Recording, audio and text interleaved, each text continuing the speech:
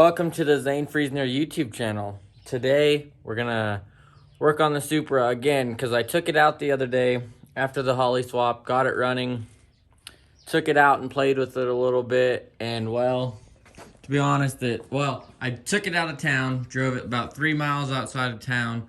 On the way back in to town, I did like a 1 through 4 pull on it, and it got to about 220 degrees temp wise, and that's just hotter than I want to deal with. And to be honest, you know, some people said this stock radiator in it would work with the LS swap. I'm on a Supra page, an LSX Supra page, and a lot of guys said, well, I use the stock one, blah blah blah. Well, you know, I live in Kansas and it gets kind of hot here, and you know, this radiator was designed to keep a 3.0 6-cylinder motor cool, not a 5.3 liter V8, which runs a little hotter in general. So today we will be pulling the stock radiator out and putting this one that I got for it right here. As you can see, it's got 2 built-in fans. It's all aluminum. It is a nice radiator, and it should bolt right in.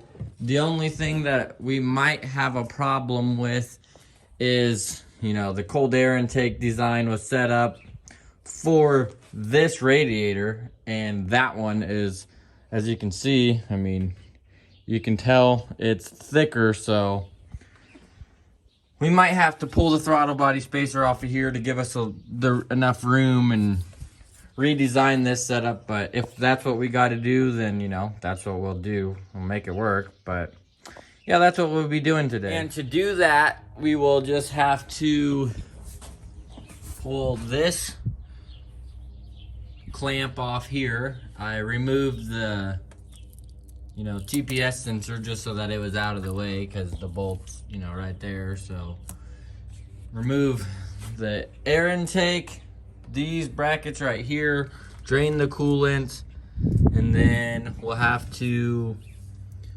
cut this tape off of here and unhook this fan wire right there, and then, you know, radiator hoses. But I got the screwdriver out and the socket to fit the bracket. So, and then most radiators have this little plug right here.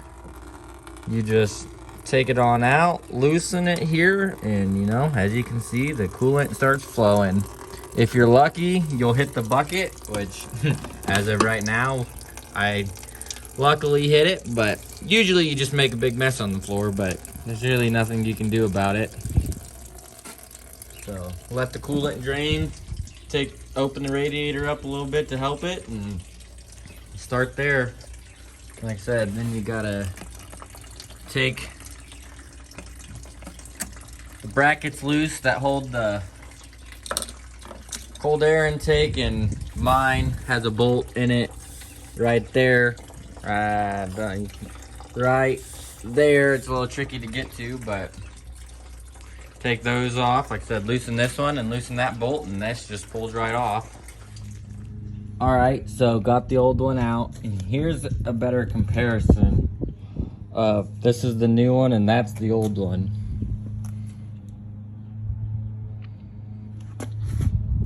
That's a comparison. So as you can see, this one's quite a bit bigger and dual fans. So,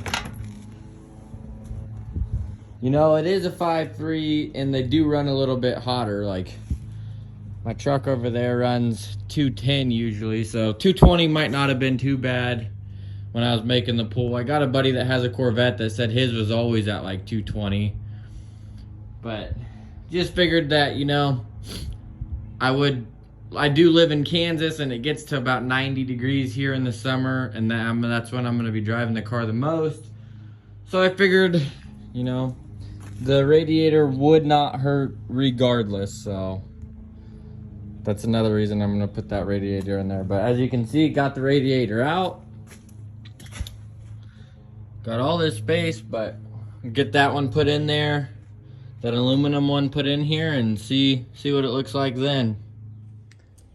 As you can see, got the radiator in there. It's a lot bigger than the other one, so definitely gonna have to redo the whole throttle or the whole air filter setup here. Could take the throttle body spacer out, and hopefully that'll give us enough space, but you know, it is also tighter over here, so gonna have to figure that out. But that's all I'm gonna do today. But would like to just thank you guys for watching. It's cool that, you know, I have supporters. I did, you know, show you guys my cool shirt here. It's a shirt I had made. It has my name and then the car on it, and then the back of it has my YouTube handle. Cool little shirt. But like I said, would like to just thank you guys for watching and supporting the channel. The next video might be of us, I got to rebuild the front end, do tie rods and stuff, so it might be that, might be me finishing the radiator. Not sure, but just hang in there. You know, the racetrack opens in about 30 days from now, so hopefully can get the car ready for that, get the coolant done, and then the tie rods and stuff like that, and then it should be ready to go to the track and see how it does. But would like to just thank you guys for watching.